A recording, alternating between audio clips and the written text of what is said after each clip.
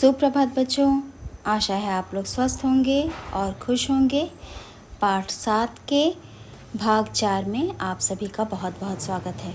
बच्चों, आज हम लोग परियों की दुनिया पाठ का संक्षिप्त प्रश्नोत्तर, विस्तृत प्रश्नोत्तर, पठित गद्यांश और वाक्य निर्माण करना सीखेंगे। तो चलिए हम लोग अपने प्रश्नों की ओर चढ़ते हैं। पहला है संक्षिप्त प्रश्न उत्तर। संक्षिप्त प्रश्न उत्तर में आप सभी जानते होंगे कि प्रश्न के उत्तर हम लोग 2 या 3 शब्दों में देने का प्रयास करते हैं। प्रश्न है, किसने पारुल का हाथ थामा? ठीक है, पारुल जब सो रही थी तो पारुल का हाथ किसने थामा था?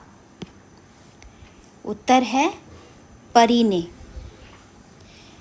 दूसरा प्रश्न है, कौन छोटी छोटी बातों पर रूठ जाया करती थी? ठीक है, कौन छोटी छोटी बातों पर रूठ जाया करती थी? इस प्रश्न का उत्तर है पारुल, क्योंकि पारुल ही हमेशा लोगों से झगड़ा किया करती थी, अपनी बात मनवाने के लिए रूठ जाया करती थी। अब हम लोग आगे बढ़ते हैं प्रश्न संख्या 3 की ओर। पारुल को परियों की कहानी किसने सुनाई? पारुल जब सोने गई थी तो सोते वक्त उसे परियों की कहानी किसने सुनाई थी बच्चों? माँ ने। आगे बढ़ते हैं प्रश्न संख्या 4 की ओर। पारुल ने क्या निश्चय किया? पारुल ने अपने मन में किस बात को ठाना? जिद और झगड़ा न करने का, यानी उसने अपने मन में निश्चय किया कि आगे से वह कभी जिद और झगड़ा नहीं किया करेगी। आगे प्रश्न संख्या 5। परियां आपस में मिलजुल कर क्या कर रही थीं? परी लोग जो हैं आपस में मिलकर बहुत ही खुश थीं और वे कर क्या रही थी, ये प्रश्न आपसे पूछा जा रहा है। उत्तर है खेल रही थीं। चलिए आगे बढ़ते हैं हम लोग अपने वाक्य निर्माण की ओर। यहाँ पर आपको कुछ शब्द दिए गए हैं। पहला शब्द है रूठना, दूसरा शब्द है दृश्य, तीसरा शब्द है स्वभाव, चौथा शब्द है कहानी, पांचवा शब्द है जिज्ञासा।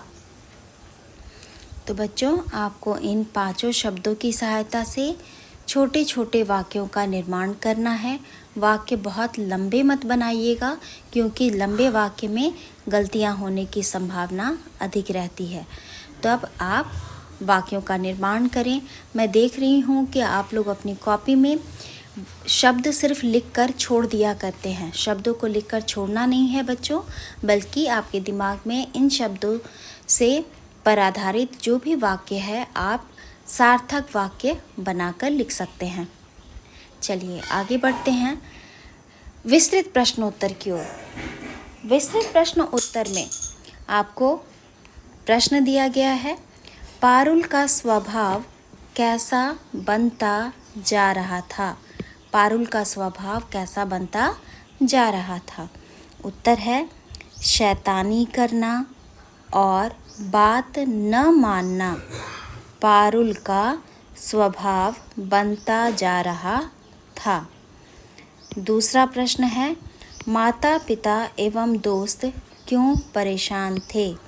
इसका उत्तर है पारुल के जिद्दी स्वभाव, झगड़ा करना, झूठ बोलना और बात न मानने के कारण उसके माता पिता एवं दोस्त परेशान थे।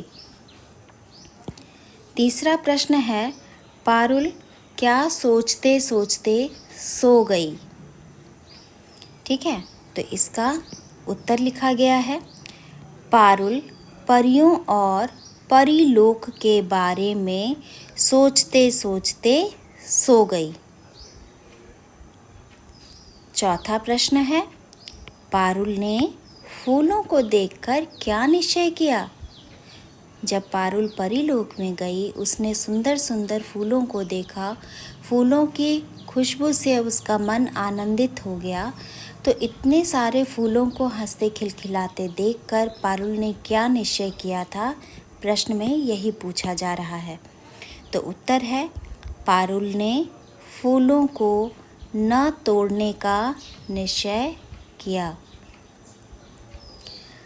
5वां प्रश्न है, पारुल को परीलोक में कैसा चेहरा नहीं दिखा? जब वह परीलोक में गई तो उसे कैसा चेहरा देखने को नहीं मिला? पारुल को परीलोक में एक भी उदास या रोता चेहरा नहीं दिखा। बच्चों, ये सारे आपके विस्तृत प्रश्नोत्तर हैं, जिसमें प्रश्न का उत्तर हम लोग पूर्ण वाक्य में दिया करते हैं। अब हम लोग आगे बढ़ते हैं पठित गद्यांश की ओर।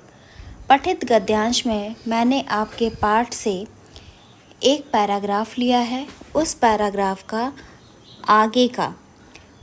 कुछ आगे के वाक्य को मैंने लिखा है। उसके बाद बीच के पैराग्राफ के सभी वाक्यों को मैंने डॉट डॉट करके बताने का प्रयास किया है, और फिर उसी पैराग्राफ का लास्ट लाइन मन को कभी ठेस नहीं पहुंचाती, ये मैंने लिखा है।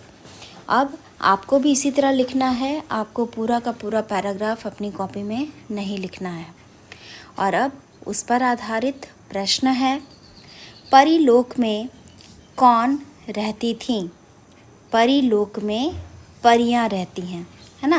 परीलोक में कौन रहती थी बच्चों? परियां रहती हैं। आगे बढ़ते हैं। प्रश्न संख्या 2, परियां एक दूसरे को क्या नहीं करती थीं? उत्तर है, परियां कभी एक दूसरे के मन को ठेस नहीं पहुंचाती थीं। तीसरा प्रश्न है, सभी परियों के साथ खेलते खेलते पारुल को अच्छा लगा। प्रश्न में पूछा जा रहा है, पारुल को क्या देखकर अच्छा लग रहा था, है ना। पारुल को क्या देखकर अच्छा लगा था? तो इसका उत्तर है, पारुल सभी जब परियों को अच्छी तरह से एक साथ मिलजुल कर खेलते देख रही थी, तो सभी परियों को साथ खेलते देख पारुल को बहुत ही अच्छा लगा था। तो इस प्रकार से बच्चों, आप लोग प्रश्न और उसके उत्तर दोनों अपनी कॉपी में लिखिएगा, सुंदर अक्षरों में लिखिएगा, और पाठ को अच्छे से पढ़िएगा। पाठ के जितने भी लिखित कार्य हैं, जैसे कि आपका कठिन शब्द, शब्दों के अर्थ, लिंग बदलो, वचन बदलो, विलोम शब्द, पर्यायवाची शब्द, खाली स्थान भरो, वाक्य निर्माण करो, संक्षिप्त प्रश्नोत्तर, विस्तृत प्रश्नोत्तर और पठित गद्यांश, इन सभी लिखित कार्यों को आप लोग सुंदर अक्षर में अपनी कॉपी में पूरा करेंगे। मिलते हैं हम लोग नेक्स्ट वीडियो में। नेक्स्ट वीडियो में हम लोग इसी पाठ के पुस्तकीय अभ्यास के बारे में चर्चा करेंगे। तब तक आप लोग स्वस्थ रहिए और खुश रहिए।